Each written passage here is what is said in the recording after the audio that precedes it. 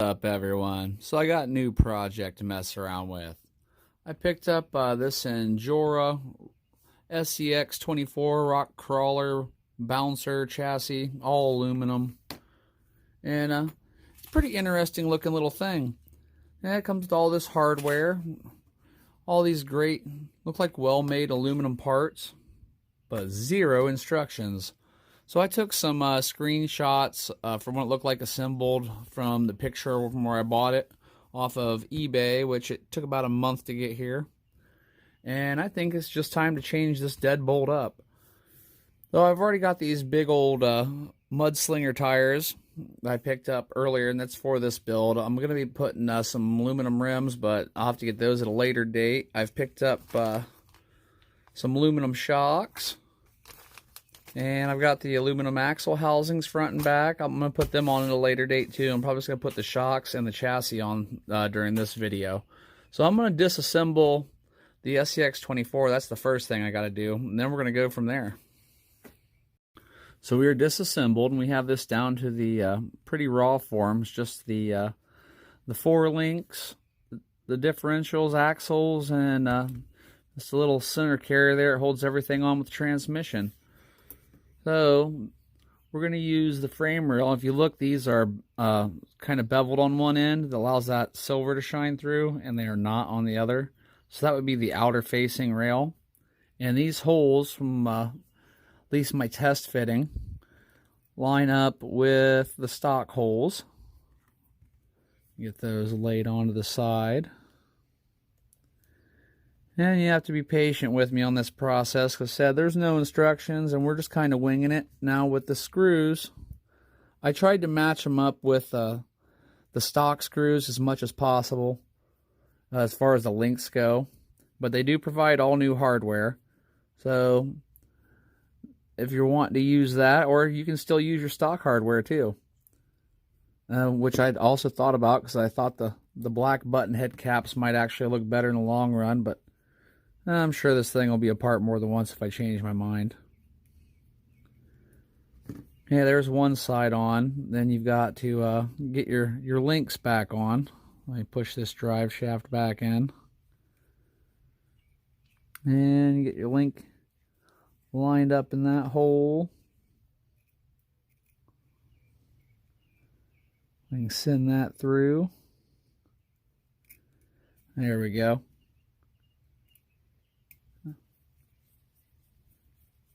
And they do provide you with a little Allen wrench too, but I've got my own. I just prefer to use it. Works a lot nicer than that little L-handled one.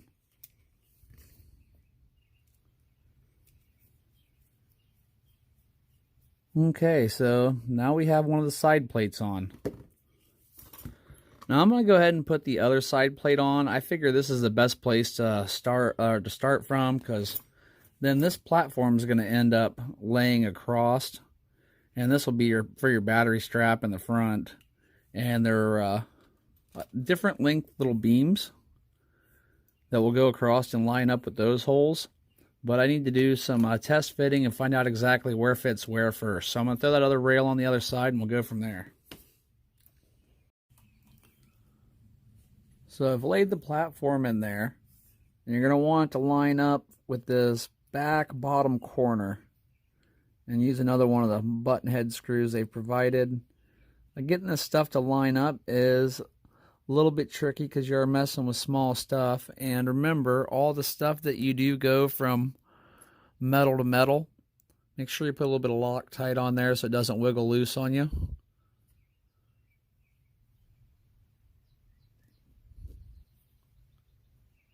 That's about all I normally use myself. And then this one,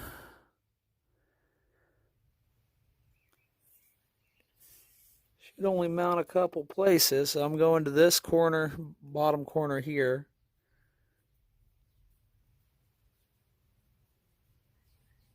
And get that tightened down in there.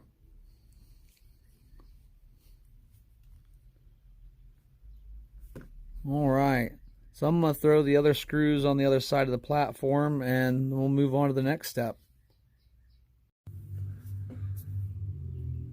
Okay, so we've got our side rails mounted on. We've got the inside platform mounted. Now there's a bar that's supposed to go across the front right here. We've got this aluminum bar. It'll go across the front. And as I said, you just you have to match up your screws with your hardware. They're all different lengths, and there's really no guide there. So you just have to try to fit what you can. And if it's too long, take it out, find a shorter one, and vice versa. Put that right on the end. Hopefully you can see this. My big old hand's in the way. I'll move it over to here.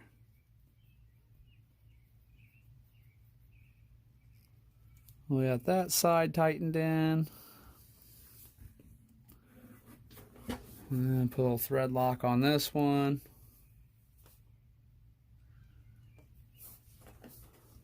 And let's see if we can get a better angle so you can see better.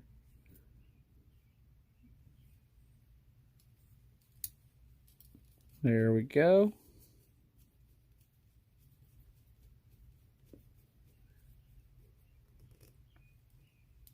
Well, once you get that bar fitted in, then we're going to have to send another bar through somewhere up in here for our shocks. Our shocks will go from there to up here. And since there is no threaded spots on this, you have to put one of those bars through and use that bar as the place where you mount your shocks as well. Okay, so here we are. I went ahead and did the shocks off camera because it mounts up just like I showed you with this front bar. You just run your bar across and put your screws through. And the only thing is, that's just going to be all builder's preference. Just wherever you want to mount those at whatever angle. These are probably not going to be the final angle for these ones. I'm just trying some stuff out.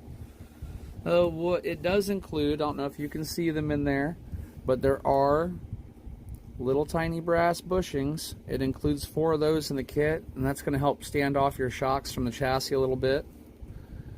And other than that, that is all together. Yeah, seems like a fair bit of articulation. I like it. It's a cool little setup. I went ahead and also installed the bars across here because they installed just like the tray like I showed you. And then that'll pop in here.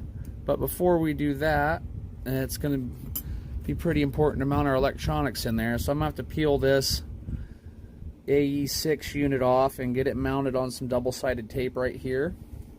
And then you will run your Velcro from your battery through here.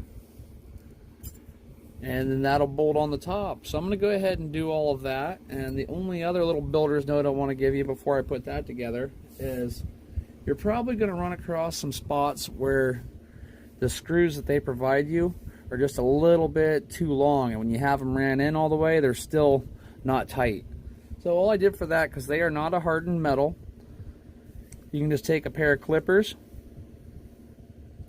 and clip off a little bit of the end, run it on a metal file,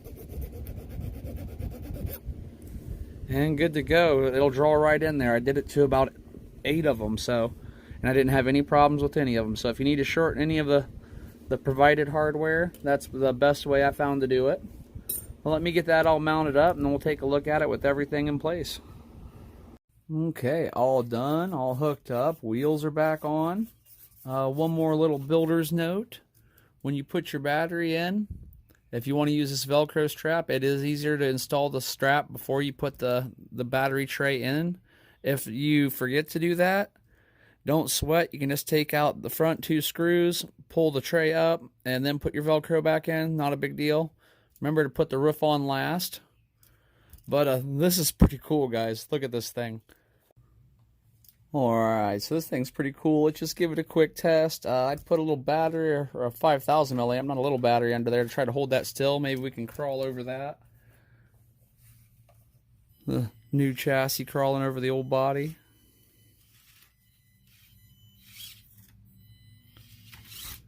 Nice.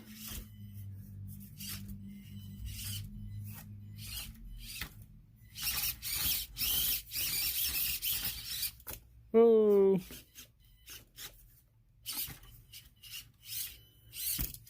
Yeah, so this is going to be pretty cool. I am really looking forward to trying this a whole lot more.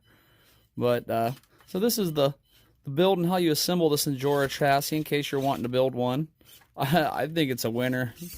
That is just really cool. I like the new look. I was looking for something different to do. This is the first scx24 I bought, and I've bought every one that's come out since. And I was wanting to do something different. The old deadbolt just been sitting around looking the same for too long. All right, everybody. Thanks for watching. This is Brent from Adventure Time RC, and hope to catch you on the next section of this build. I'm going to get some more parts, and we're just going to keep going because this little guy's fun. All right, everybody. Have a good one.